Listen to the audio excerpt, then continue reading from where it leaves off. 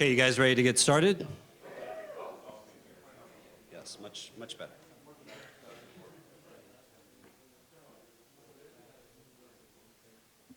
Okay, so hello everyone and welcome back. For those that are. It's my privilege to share with you an exciting new feature that's made its way into our latest release, which is VAST 2022. And I'm speaking about our new Unicode support library, which I'll be going over in great detail in this talk. I'm going to try to talk about 10% faster than what I did before, because I've got a lot of content and to get through.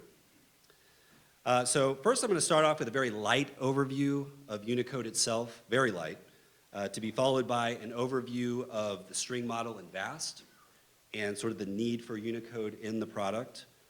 Then I'll cover off on some design goals and requirements of the Unicode VAST Unicode project, sort of what we implemented and how that was integrated into the existing system. And so finally, we'll look at some visualization enhancements that we made to the development environment to sort of enhance the Unicode experience as well. And if there's time, you may ask questions. Okay, so I'm calling it Unicode Origins just because I briefly wanted to introduce this. I know everybody in here probably has heard of Unicode or knows a little bit about it. And as this is 2022, you know, and given the current audience, it's probably not necessary for me to introduce Unicode as sort of the latest standard you've never heard of and will be taking over the world. That was quite a few years ago. However, I do think it's important to give sort of a brief overview. The origins of Unicode itself date back to about 1987 when some folks from Xerox and Apple got together and they were researching the concepts around the universal character set. As the internet was continuing to take off in the 90s, you know, this need to communicate on a more global scale really began to explode. And sort of the existing mechanisms that were there at the time, such as 7-bit ASCII encoding, or even regional specific code pages were proving to be far too limiting. So as a result, Unicode was created as sort of the universal standard to solve the growing chaos surrounding the digital transmission of the world's writing systems. Just a little bit, Unicode has many generations to it, and it's a complex history, in fact. And so unfortunately, it started off as a 16-bit character set. It was sort of theorized at the time that around 65,000 characters would be more than sufficient to represent any language out there. That was a large mistake. Currently, there are over 144,000 code points and characters defined in the Unicode standard version 14, which is what we have in VAST. And so while the release of Unicode 2 in 1996 sort of fixed this incorrect assumption, they kind of widened it to a 21-bit code space, the impact is still with us today, and reflected, in fact, in many programming languages, libraries, and operating systems that adopted Unicode in sort of that first generation. So there's sort of Unicode, the code points, and then there's sort of the implementation and codings that you would transmit. Both of those are part of the Unicode spec. Utf-8 is one of those encodings, and it was created essentially to fix this inappropriate assumption of the 16-bit sort of UCS2, which was a 16-bit encoding. It's backwards compatible with it, but it can be extended. I mean, this is on purpose. This is why it's 21-bit. It can be extended to represent the full 21-bit code space that we have today. Just some examples, Java initially launched in 1995, unfortunately, with a 16-bit character. And in fact, they didn't move to UTF-16 until 2004, almost 8 years later. Windows hopped on UCS2, Windows 95, and they switched to UTF-16 based encodings in Windows 2000. Even ICU, probably the most famous library for working with Unicode, due to historical reasons in Java, still uses UTF-16 internally today. However, most modern programming languages, and by that I mean languages within the last 10 years or so, have moved away from sort of UTF-16 either as a backing storage or as sort of anything that you would expose or want to expose to the user. And so the point I mentioned this sort of short history is to give a sense that there are sort of multiple generations of Unicode And our target is sort of the more modern set associated with these newer languages, not so much the previous era. Okay, but VAST was created actually in sort of the pre-Unicode era, or at least the dawn of the Unicode era. It does have internationalization associated with it. However, it is in sort of the regional-based code pages that I was kind of hinting at before. So just to give a little bit of background of the sort of string model as it exists in VAST up till VAST 2022 is sort of this abstract string class we call ES-string. Some properties of it are, it is locale sensitive. It's a collection of, any of its subclasses are a collection of fixed length, I'll put it in quote all the time, characters, because that means a lot of different things. Subclasses of ES-string are string, which is your typical byte string, which means each character is of fixed length 1 byte. We also have a DB string class. We don't have folks that use this as much today, but it essentially extends the code unit out to 2 bytes. It was useful for some legacy double byte code pages for the Korean, Japanese, and Chinese-based languages. We also have a character class, so that's the element of the string classes. It's locale sensitive, so for comparing and like collation and those types of deals. It's 16-bit. It's locale sensitive. It's the elements. It's the element. If you were to say, get me the first thing, and out of the string or DB string, you would get one of these characters. Okay, so what is the need for Unicode? Why are we bothering to do this in the year 2022 when VAST came out in 1993, I think? So basically, in the abstract, this is an interconnected world. That's probably not a surprise, again, in the year 2022. Now, we have many, many international customers. And so this hasn't so much been a demand from our domestic or US domestic customers, but it certainly has been something holding us back from our international customers. And so another thing is, even beyond that, a lot of the technologies we interface with today have moved beyond the sort of pre-Unicode era. Code page and string and character are proving to be limited. Areas like the UI, we want to be able to show, and support Unicode characters as titles in Windows or combo boxes, be able to enter those kind of characters. File systems, certainly you want to be able to name your files with Unicode characters. Databases have Unicode, UTF-based types associated with them we want to be able to work with. Certainly the web, which is mostly, all in terms of Unicode these days, and your later communication protocols all include Unicode for sort of textual encodings and that kind of nature. So there's just sort of this need, and beyond our customers, that's obviously driving it, but even as you've seen, we're doing so many newer things and incorporating newer technologies in VAST, we really kind of need this to help complement that. Okay, so a little bit about the project background. So as some requirements, we've been looking at this for, I don't know, probably 3 years. And I basically know every Unicode implementation out there.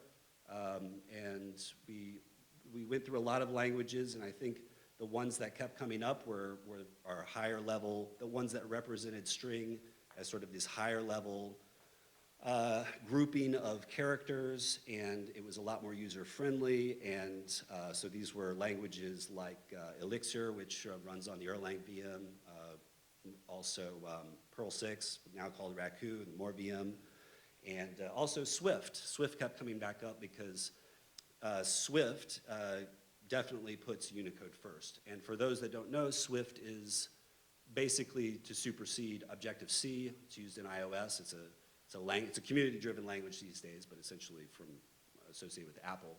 And they really do put Unicode first. In fact, they have a famous document called the String Manifesto, which sort of goes through the way that a string model should look and what's important. And we really found ourselves gravitating towards the 3 big requirements being ergonomics and correctness and performance. So ergonomics is basically how does it feel to use it? Is it user-friendly? Is it easy to use correctly? Is it hard to use incorrectly? And then there's the correctness itself, which is really an adherence to the Unicode standard itself. How Unicode, it's the term Unicode correct. And finally, when you really ratchet those up as requirements you want to expose as being really important, performance becomes a challenging requirement. And so we, of course, have to place that first as well. We wanted Unicode string to be collection conforming. Maybe that's obvious to some, but that's a thing. It also needs to be string and character compatible. For the case of the core library, we wanted it to be locale insensitive. That doesn't mean that we don't think locale sensitivity is important. It's just that for the core standard library, especially in Unicode, these tables take up a lot of space, and there's also complexity associated with, as we've learned from our string character localeness, there's a lot of complexity associated with starting the image back up, and you just find yourself in a different country, and now essentially you have to relocalize lots of information based on where you woke up that day, and that leads to unstable sorts and other types of things that we said, we don't really want all that to be part of our core standard library.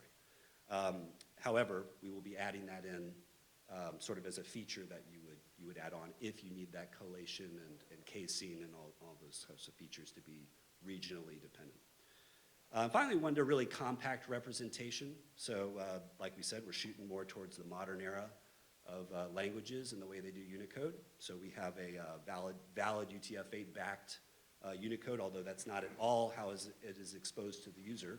That is how we store it on the back end. What are some challenges? Okay, well, one big challenge is human writing systems are really complex. And so, they're full of contradictions with themselves. There's lots of corner cases. There's lots of special cases. Another problem is the Unicode standard itself does not tell you how to build a string model. That's not what it's for.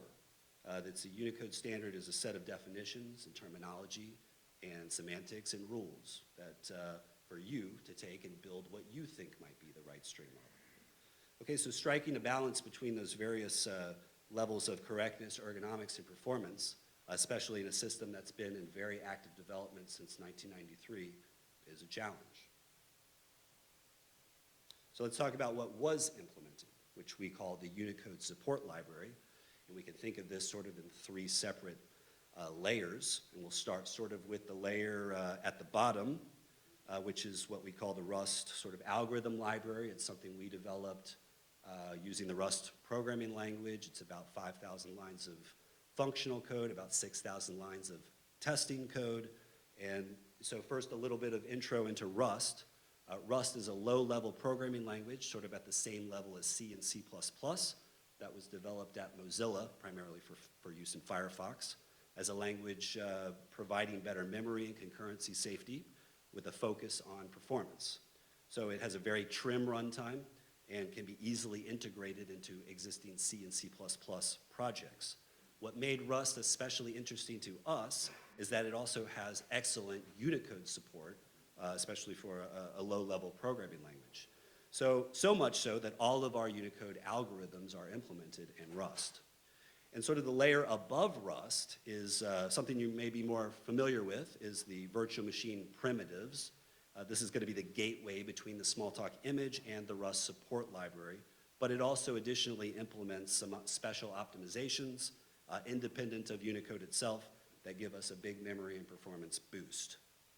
Finally, we have the Smalltalk image containing the string model itself with various abstractions that we're about to go over. So the string ABI lives down in the virtual machine and Rust section, which is very tightly controlled, and then we have the string model up in Smalltalk. Okay, so first so we're gonna go over sort of the Unicode string model and its main parts. The first thing we have is a Unicode scalar. A Unicode scalar represents all the Unicode code points except for a special range reserved for that sort of hack I mentioned earlier called UTF-16. And code points are sort of the unique values that the Unicode consortium, who controls the standard, assigns to the Unicode code space. So the code space is that complete range of possible Unicode values. So depending on what your definition of a character might be, a code point can represent a character. Now, there are many other classifications for code points as well. Now, since Unicode scalars are a subset of code points, many languages out there consider a Unicode scalar to be the native character, and accessing a string by, say, index or would result in a Unicode scalar. So in VAST, our Unicode scalar is able to describe many properties from the Unicode character database, such as a scalar's name, its casing, is it alphabetic, is it numeric, and so on. VAST Unicode views, which we'll talk about later, will make it easy to access Unicode scalars from the graphemes, which we'll talk about, and Unicode strings. So here we see up above some examples of Unicode scalars. They include things like combining marks and base Latin letters and emoji and other things like that. Now, a grapheme in VAST represents a user-perceived character and is the basic unit of a VAST Unicode string. So there are only a few programming languages out there with Unicode support that consider a character to represent the written expression of a character in the way that a user might see it on the screen, rather than a digital code point. So while the visual expression could be called a glyph, the digital expression of this concept is called a graphene cluster. So in VAST, we call this a grapheme, and the grapheme is logically composed of one or more Unicode scalars. It is identified using extended graphene cluster boundary algorithms from the text segmentation portion of the Unicode standard. So the VAST grapheme will abstract the details away of how to group enough Unicode scalars together to form what we would think of as a character on the screen. It also abstracts the details regarding Unicode normalization, which we'll talk about. So normalization is problematic simply because it can create multiple binary representations of what is really the same semantic string or character. Therefore, concepts like comparing and hashing will give incorrect results if you don't normalize your data correctly. However, our grapheme handles these details transparently. It detects and ensures a common normalized form for various operations where these differences would matter. So the user can focus on programming and not worry about what normalization form a string is in. So the new VAST grapheme is sort of the best Unicode analog to the standard Smalltalk character class. So as an example up here, you can see an E with accent. This always maps to one grapheme, even though, as we described, it may be logically composed of one or two Unicode scalars. There's, for legacy reasons, there's a Unicode scalar 233 that's E with accent, and that is part of the Latin 1 character set. However, separately defined is the base character E and the accent combining mark. And together, they are semantically equivalent if you see those. They're just in different normalized forms. However, we represent those each as one grapheme. They will hash the same, they will compare the same. Okay, now a Unicode string in VAST is the Unicode analog to the standard string class and will be API compatible with it. Our Unicode string is logically a sequenceable collection of graphemes, and our Unicode string is both mutable and growable. So the standard string class is also mutable, but it cannot grow without making a copy of itself. A Unicode string is a subclass of an additive sequenceable collection, so you can sort of think of it as an ordered collection of graphemes. Now our Unicode string was designed to be API compatible with the ES string and its subclasses, but it is not a subclass of ES string. And there are a few reasons for this beyond just the ability to grow. ES string is locale sensitive, Unicode string is not. And it's expected to have subclasses with fixed length code units. Each one of those code units is expected to create a fully composed character. A Unicode string might not have a fixed length code unit, nor code units that always create a fully composed character. So many APIs up and down the Smalltalk collection hierarchy, which ES string is a part of, have the implicit expectation that the elements are self-contained and meaningful in isolation. So in other words, it isn't expected that in order to grab the first character, string at 1, that it has to collect up a variable number of elements in order to form it, as could be the case with Unicode. Or that copying from one index to another may end up copying from the middle of one character to the middle of another character, giving nonsense as a result. Also a possibility in Unicode. Or that reversing the characters in a string may give the wrong answer simply because the interpretation of what constitutes a character does not work in reverse or works incorrectly. Again, that can happen in Unicode, and we'll see an example. Because Unicode string is using graphemes, this all naturally works correctly within the context of the Smalltalk collection hierarchy and works efficiently for a vast user. So here we can think of it as forming a tree. We have at the top the Unicode string, which is logically a collection of graphemes, and each grapheme is logically a collection of one or more Unicode scalars. And I should mention every Unicode string is valid UTF-8. It's backed by a valid UTF-8 storage, which is null terminated for very efficient FFI. Now the next concept, this is from Swift, in terms of part of the model, is called views. So a Unicode view in VAST is a readable, positionable, and a little bit different from a normal stream. It's also bidirectional, that provides a particular interpretation of the elements in a Unicode string. So the different views are a Unicode scalar view, a grapheme view, a UTF-8 view, a UTF-16 view, little or big endian, and a UTF-32 view, little or big endian. So as discussed, even the concept of how developers want to work with characters is not always consistent. So we have to choose the basic accessible unit of a Unicode string to be a grapheme, backed by an extended graphene cluster, and that should be thought of as VAST Unicode character. However, sometimes a user might want to view the Unicode string as a collection of Unicode scalars, and to be able to work efficiently with those. So our Unicode scalar view offers this, and is available to both a grapheme and Unicode string. And a user might want to get the Unicode string, grapheme, or Unicode scalar in terms of some sort of UTF format. And our UTF views offer that. And of course, our Unicode string has a grapheme stream that gives linear performance over the contents of the Unicode string and is the analog to asking a standard string class for its read stream. All views keep bookmarks to the internal representation of a Unicode string so it can pick up exactly where it left off in calls such as next or previous. And the position in the stream will be in terms of whatever the basic unit of the view is. So for the grapheme view, these are grapheme-based positions. For a Unicode scalar, these are Unicode scalar-based positions. And for any UTF-8 view, it's going to be in terms of those code units. Now, views will always have a consistent view of the Unicode string, even if code is making modifications to the Unicode stream during the usage of the view. This will be discussed in more detail, but essentially a view is augmented by our copy on write feature for Unicode strings. Unlike a standard stream, views have the ability to get the previous element and stream backwards. So this is really powerful, especially considering the complexity of the encoding under the hood. So a lot of transcoding is happening both in the forward and reverse directions.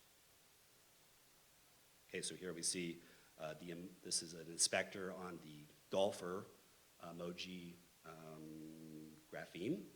And if you ask for its Unicode scalars view and then ask for the contents, you will get the golfer Unicode scalar, the skin tone modifier Unicode scalar, and the male symbol Unicode scalar. And those come together to form that golfer, male golfer white grapheme. So you can also ask for the UTF-based contents just like you see. Fairly easy to use. Briefly, encoding containers. Basically, instead of, when you use one of those views, instead of just giving you a bucket of bytes, we give you a bucket of bytes that is typed. That way they can convert from each other.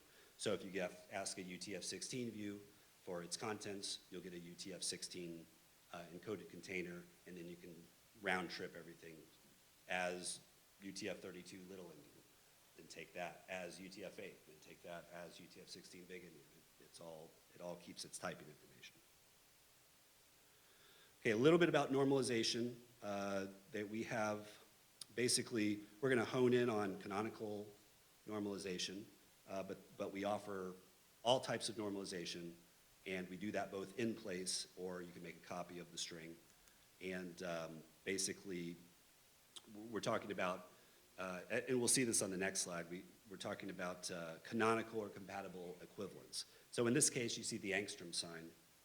So it's, like I said, the angstrom sign, or there's certain characters that have multiple code points, but they're semantically the same thing.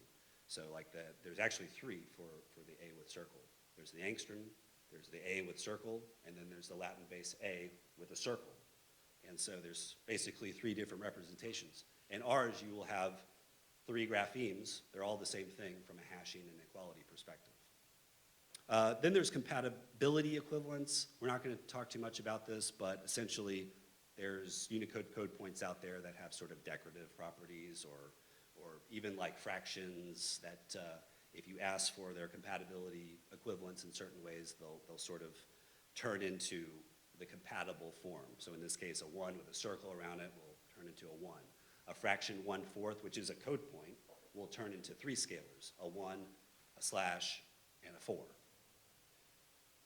But I said we're going to hone in on Unicode canonical equivalents because that's what we use for hashing and comparing and those kinds of issues. So basically means different form, same meaning. Okay, so when printed or displayed. And so this is all handled transparently in VAST. It doesn't matter if the data comes in one normalized form versus another. They will, if you're putting this stuff in hashed collections or comparing them to each other, it will be handled. And we use, this is part of the correctness requirement, we use Unicode canonical equivalents, which is defined in the spec for those operations. Okay, reversal. So we have reversal of graphemes. This just works, and you might wonder what the big deal is. But let's take a look at this Java code right here. So essentially, in Java, and what got pasted in there was in a decomposed normalized form. So essentially, that E with accent A is an Latin base lowercase e, an accent, and an A. Okay, and so now we tell the string, we add it to the Java string builder, and we reverse it. And what do we get? We get A with accent E.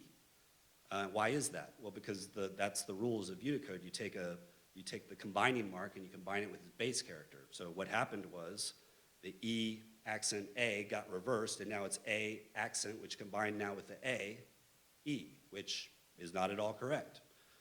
So in VAST 2022, we do it the way that you most likely want it. I'm not quite clear why you'd want it the other way. This is the way you probably expect it to be. Okay, so we actually include the Unicode character database directly in the VAST runtime, in the DLL itself, and it allows accessibility of properties of various things. So the grapheme and the Unicode scalar have tons and tons of properties. We'll show you some new inspectors later, but we can show an emoji here, and you can see its name. That's from the Unicode character database, and all those various properties. Okay, now we go a little lower level. Now we get to optimizations, and this is what I think is the fun part. You may not, it's okay. So we elevated these high-level requirements to make this very high-level string. It's obviously doing a lot for you under the hood. So now we have to make that fast. So first about copy on write.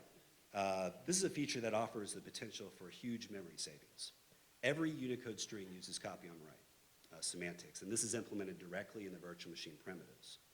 Copy on write allows the Unicode strings to share the same underlying storage until a write occurs. And if a write is about to occur and the Unicode string is sharing its storage, then it first makes a copy of that storage and then performs a write on that. And at that point, that particular Unicode string now has its own unique storage.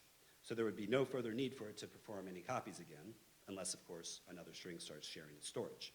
So we have very quick write barriers in the VM that sort of detect these locations where a write might occur and if action needs to be taken. Now, even if only a substring copy is being made, the storage can still be shared, and we use special string slice objects that keep track of the offsets into that larger shared storage. But this all happens behind the scenes. So the user just works with Unicode strings and doesn't really care if the internals reflect a slice into some other Unicode string storage. So an example is the kind of savings we're talking about if you made 1,000 copies of a Unicode string, that was, it actually doesn't matter, but let's choose something big, 100 megabytes, that 1,000 additional copies would cost you an extra 32 kilobytes of memory on 64-bit. So as hinted at earlier, views also use this mechanism when initialized on a Unicode string. So the Unicode string is informed of this and marks its storage as shared, and now a consistent view of the original string can be guaranteed, even if the string is later modified while you're viewing it.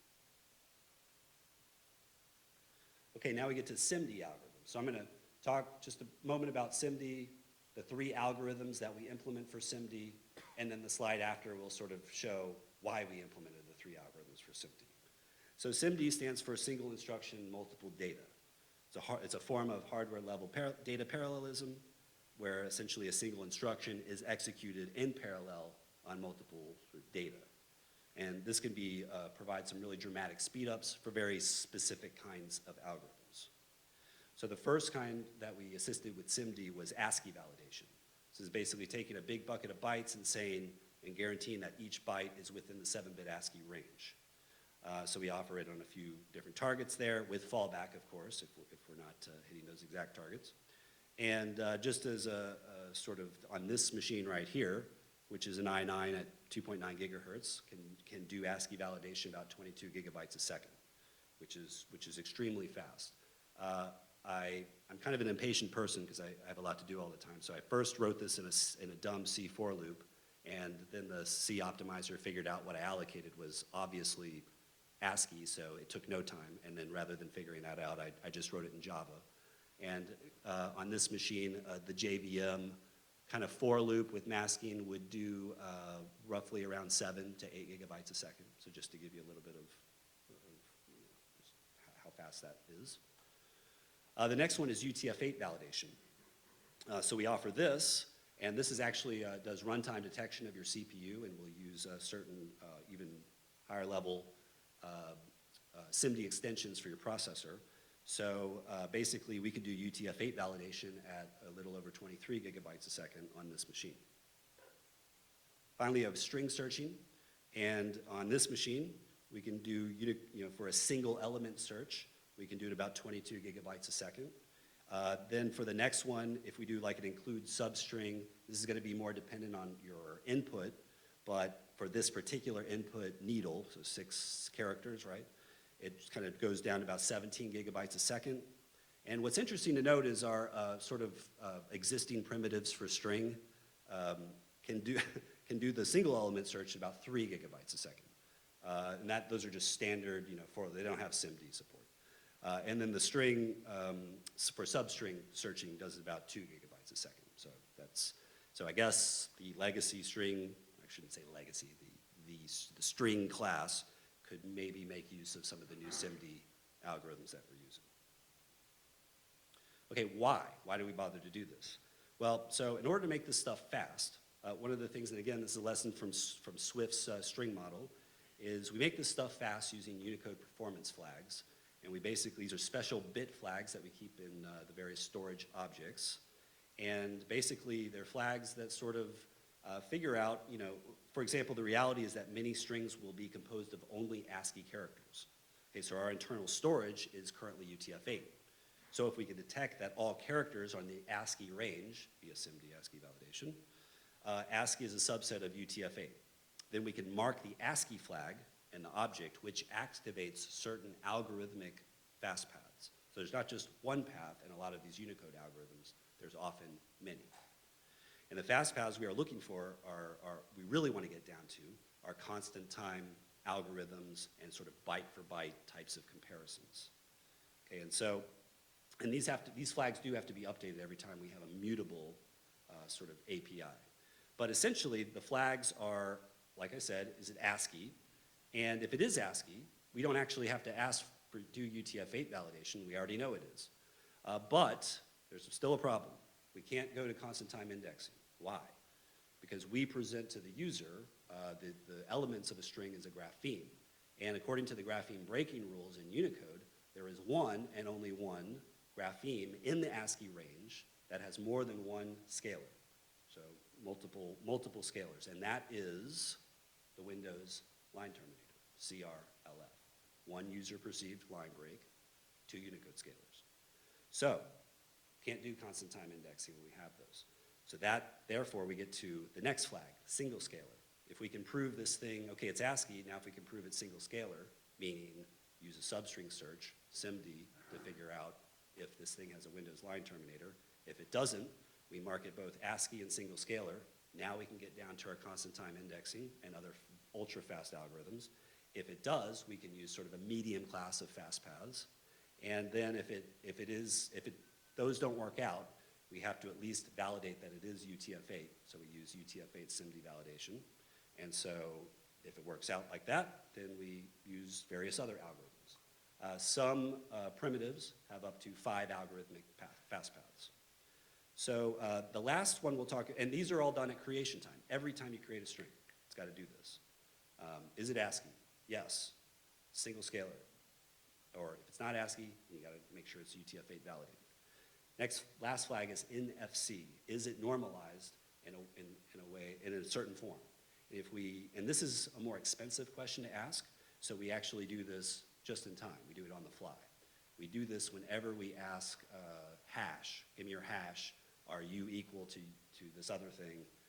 That's when we do the computation. We pass this off to the Rust module that we built. It figures this stuff out, and then it passes back a flag saying, oh, and by the way, this thing was already in NFC normalized form. And say, oh, great, and I check the flag. Next time, doesn't have to ask, it already knows.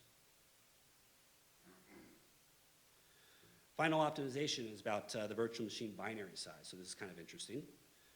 There was some orthogonal work done that really didn't relate to Unicode at all, but it actually, the results are interesting. So the version of VAST from last year with no Unicode support on Windows is about 3.8 megabytes. Okay, now one of our VM engineers, we use the LLVM compiler toolkit to code generate our virtual machine. And we don't really need it because we generate native templates during build time. So we don't really need LLVM for runtime, except for one area, which was to load up those native templates. Well, the engineer was able to sever that link, and we keep the native templates in our own form with our own loader, and that allowed us to remove LLVM as a runtime dependency at all, and that resulted in that 3.8 going down to 1 megabyte. And then we introduced Unicode along with the Rust runtime.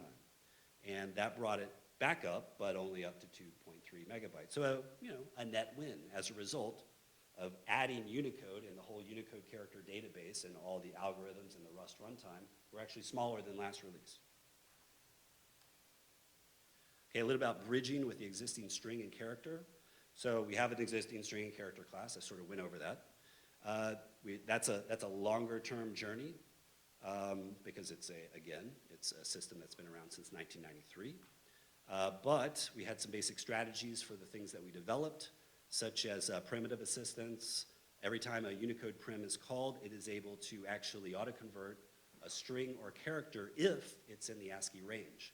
If there's anything outside the ASCII range, we have to perform code page conversion, which is done in the image. Therefore, the string prim fails, kicks it back up to the image prim failure. We do the conversion to Utf-8 and recall the function. Okay, so then we have Unicode adapter strings, where we wrote specialized versions of Unicode read and write stream and taught that to the read stream. The reason we need to do this is because of the way that read stream and write stream are implemented. They tend to cursor forward using at indexing, at 1, at 2, at 3, at 4. We don't want that for a Unicode string. And I mean, if it's optimized as ASCII single scalar, that's not really a problem. But basically, we want to maintain linear performance when we're streaming. If we use that mechanism for sort of variable width encodings, we're going to hit quadratic time runtimes, algorithms, and we don't want to do that. So we wrote special Unicode read and write streams to help maintain linear performance, and we taught the read and write streams to, hey, every time you wrap yourself around a Unicode string, you need to go use the specialized version. Finally, I talked to you about our view adapters. Any Unicode string, you can view it in the way that's appropriate for whatever your problem is. Well, we wanted to teach the existing string class the same thing, some for polymorphic ease of use, So you can pass in just a string object. It can be one or the other, and you know if you ask for the view that it's going to work out. So we actually taught the views, if you wrap yourself around a string, how to make use of that. And it's got to validate its Utf-8, and it handles the whole, the code page is not compliant with Utf-8, I need to kick it back out, do the conversion, come back, but that all happens transparent. Okay, so we're coming near the end here. We've got some visual styling enhancements that we did. The first one was the Unicode inspectors. So we created 3 new inspectors to wrap our basically core of the Unicode string model, Unicode string, Graphene, and Unicode Scalar. You know, and the reason we had to create that is because under the hood, it's all Utf-8, except for the Unicode Scalar. It's just a long object, I believe. And so we had to teach it how to logically view things as a set of graphemes in that tree structure I talked to you about earlier. Graphemes is a logical set of Unicode scalars and the Unicode Scalar itself. Finally, we enhanced our workspaces. So if you've used Notepad++, you may recognize this encoding menu item.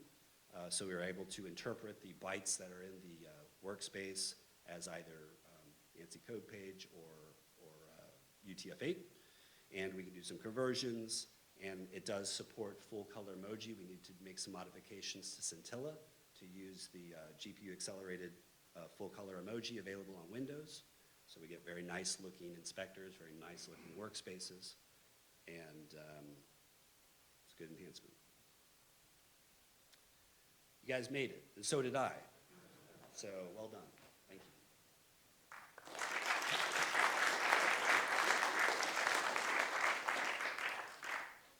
Questions? I have 2 questions. First is, if you have a string that you've marked as Ascii, let's say you've marked as Ascii and whatever the second one was. Single scalar, yeah. And you store a character that's not Ascii in the middle, what happens? It has to update it. The mutable APIs are basically there's, It does copy. and it has to know, and it even gets a little more complex. And I hate the Windows character tree thing. It totally ruins lots of fast paths. So basically, even if I add, let's say I add a line feed, it's just a line feed, I got to actually internally ask if the end of the thing is a CR, because I'm about to add an LF. It's about to become one thing. And so there's a lot of that, and then I got to unmark the single scalar. And so there's lots of, it's got to update. Thankfully, there aren't that many mutable APIs, and strings, unless you're doing text editors or some other stuff, you don't tend to use it that way. It's more of copying and sort of linear streaming and that type of usage. That leads more to my second, or Yeah. at least my second question, which is, why did you bother maintaining mutability of string? For compatibility with string and. But you still have string, so. No, but it says drop-in replacement for string. You can use Unicode string wherever a string is used. So you're getting rid of string. Not getting rid of it. It's kind of like the Python 2 approach, not Python 3. That was horrible. I'm not doing that. But Python 2, where they have a byte string and sort of Unicode support, which are compatible. Now I think we get, with the whole, it's a simpler object model than say Python. It's a lot more syntaxy and stuff going on. I think it's easier to do the bridging, but it's always going to be that way. There's going to be some frameworks, quite frankly, we're never going to update with Unicode, but we're looking ones for now, like JSON parsers, CSV. We're going to take them one at a time. Databases, UI, and we need to be able to support both still. That's always important for us. Customers don't accept. But if you're making it, like if you're supporting both, why not just make the new one immutable? Because string is not immutable. I mean, string is mutable. It's not growable, but it is mutable. And it's used that way. Look at write string. At one, like this. But if you were creating a new one, it could be entirely mutable, or immutable. People will use that one where they. No, it's got to coexist. They got to coexist. Okay.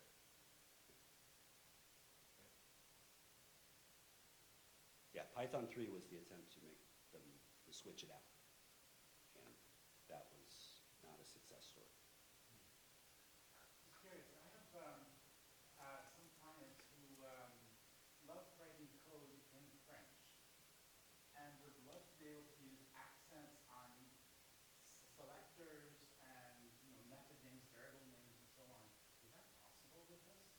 you have to update the parser, and maybe our terms and conditions don't send us French code. Just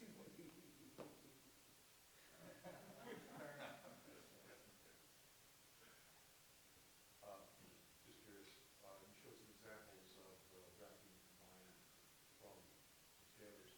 There's one with the black flag with the skull on it. Yeah. And the dark bird that was also. So from what your example showed, it looks like it's some kind of logical combination rather than physical combination. Just curious. So emoji is sort of its own set of things. It used to be kind of just for like, people thought of it, oh, text messages, this, that. But in fact, it shows up in textual documents all over the place nowadays. You ought to be able to process it.